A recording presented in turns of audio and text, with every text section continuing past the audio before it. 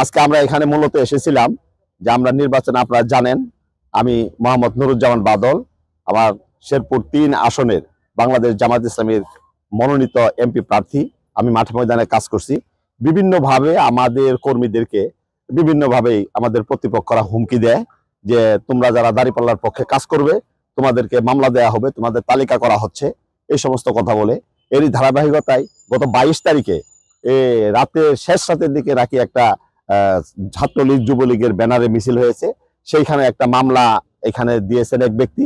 এই মামলার ভিতরে আমার পৌরসভার একজন ওয়ার্ড সভাপতির নামে এখানে ঢোকানো হয়েছে।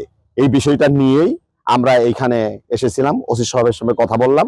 এখানে এসপি মহোদয় আমার সঙ্গে ফোনে কথা বলেছেন এবং এসপি মহোদয় আমাকে আশ্বস্ত করেছেন যে আমরা সর্বোচ্চ 2 দিনের ভিতরে আমরা এটা তদন্ত করে আমরা এই জায়গা থেকে আইনগতভাবে আইনি প্রক্রিয়ায় আমরা এখান থেকে তাকে কিভাবে অব্যাহতি দেওয়া যায় সেটা আমরা করব। 2 দিনের ভিতরে সেটা করে দিবে। এই কারণে প্রশাসনের প্রতি আমরা বিশ্বাস স্থাপন করেছি এবং তাদের আন্তরিকতায় আমরা মুগ্ধ হয়েছি। আমরা ধন্যবাদ জানাচ্ছি প্রশাসনকে, এসপি মহোদয়কে, ওসি সাহেবকে। ইনি নতুন এসেছেন, নতুন আসার পরে উনি সকলকে হয়তো সেইভাবে জানেন না, চিনেন না। তো ওনার সঙ্গে আজকে আমাদের সঙ্গে যে ধরনের সহযোগিতামূলক আচরণ করেছেন এতে আমরা ওনার প্রতি সন্তুষ্ট। এসপি সাহেবের কথার প্রতি আমরা সন্তুষ্ট। আমরা চাই আগামী নির্বাচনটা এই শ্রীবর্দী ঝিনাইগাতীর আসনের যে নির্বাচন, নিঃসন্দেহে এটা একটা প্রতিদ্বন্দ্বিতাপূর্ণ আসনের নির্বাচন। আমার প্রতিপক্ষ বিএনপির যিনি প্রার্থী হয়েছেন তিনিও হেভিওয়েট প্রার্থী, 3 বারের এমপি এবং তিনিও ভালো মানুষ।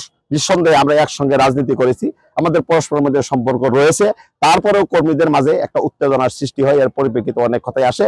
আমি প্রশাসনকে এই কথাটা বলেছি যাতে একেবারে আননেসেসারি কেউ হয়রানি না হয় এবং নির্বাচনে যাতে এই হুমকি ধমকির কারণে কোনো প্রভাব না পড়ে, এই ব্যাপারে আপনারা আমাদেরকে কি আশ্বস্ত করবেন? ওনারা আমাকে আশ্বস্ত করেছেন যে এরকম যারা করবে, যারা এরকম মাঠে ময়দানে হুমকি ধমকি দিবে তাদের তালিকা আমাদের কাছে দিবেন, আমরা প্রশাসনিকভাবে আইনগতভাবে তাদের বিরুদ্ধে পদক্ষেপ নিব।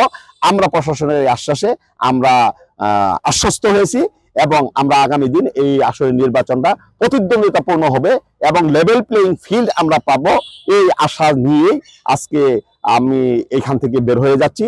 আমি সাংবাদিক বন্ধুরা, আপনারা যারা কষ্ট করে এসেছেন, আমাদের সহযোগিতা করেছেন, আপনাদেরকে আন্তরিকভাবে ধন্যবাদ জানাচ্ছি।